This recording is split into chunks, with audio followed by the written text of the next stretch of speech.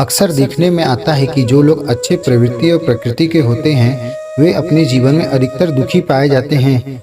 वहीं इसके विपरीत हम देखते हैं दूसरे का पैसा ठगने वाले, दुख देने वाले, भ्रष्टाचारी, अत्याचारी लोग अधिकतर सुखी देखे जाते हैं। ऐसा क्यों होता है? क्या ईश्वर कलयुग में बुरे लोगों की तरक्की और वहीं दूसरी तरफ अच्छे लोगों के कार्यों में रुकावट पैदा करता है? ऐसा क्यों होता है? मन में उठने वाले इस प्रश्न का उत्तर यह है कि ईश्वर सिर्फ कर्म फल देता है। फल व्यक्तियों के कर्मों पर निर्भर होता है। निष्पक्ष रूप से कर्मों का फल देना ईश्वर का विधान है। गीता 5वें अध्याय में श्लोक नंबर 14 और 15 में श्री कृष्ण जी ने अर्जुन को यह साफ साफ बताया है कि यह जो जीव लोक है इसके कर्म को परमात्मा नहीं रचता और न इसके कर्तापन को रचता है, और कर्मों का जो फल है उसके साथ संयोग को भी परमात्मा नहीं रचता।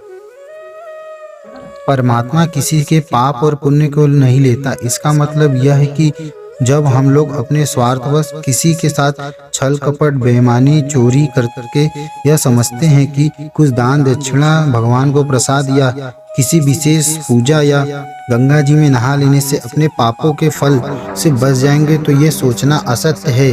क्योंकि परमात्मा अगर इन सब चीज़ों से पापों का फल न देने लगे तो परमात्मा अन्यायकारी और घूसखोर कहलाएगा। इसीलिए श्री कृष्ण जी ने अर्जुन को साफ साफ कहा है कि किसी के पाप को परमात्मा नहीं लेता और न ही पुण्य को। अज्ञान से ज्ञान ढका रहता है, इस कारण प्राणी मोह को प्राप्त होता है। ईश्वर किसी के पाप पुण्य का हर्ता करता नहीं है, किंतु जीव के अज्ञान से ही पाप और पुण्य उत्पन्न होता है। अब आते हैं प्रश्न के मुख्य बिंदु पर कि अच्छे लोग अपने जीवन में अधिकतर दुखी क्यों पाए जाते हैं।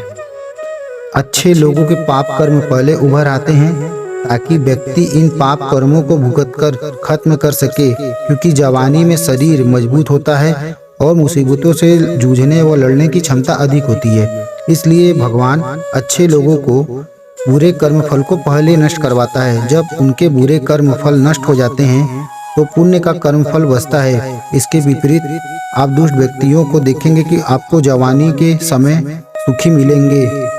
ईश्वर उनके पुण्य कर्मों का फल पहले देना शुरू कर देता है ताकि बाद में इनका कोई पुण्य कर्म इनके विनाश को रोकने के लिए सहायक न बने। अधिकतर दुष्ट लोग बुढ़ापे में बीमारी से घिरे रहते हैं। सब होते हुए भी सुख भी नहीं मिलता। कोई जेल में मिलेगा तो कोई असाध्य रोग से ग्रसित होगा। बचपन और जवानी में दुख देखने वालों को कई सज्जन आपको बुढ़ापे में बड़ा सुखी जीवन बिताते हुए मिलेंगे। उनका अधिकतर समय ईश्वर के भक्ति में होता है और मृत्यु के समय उनको कोई बड़ा कष्ट भी देखने को नहीं मिलता। इन सब का सुख दुख का कारण कर्म ही है।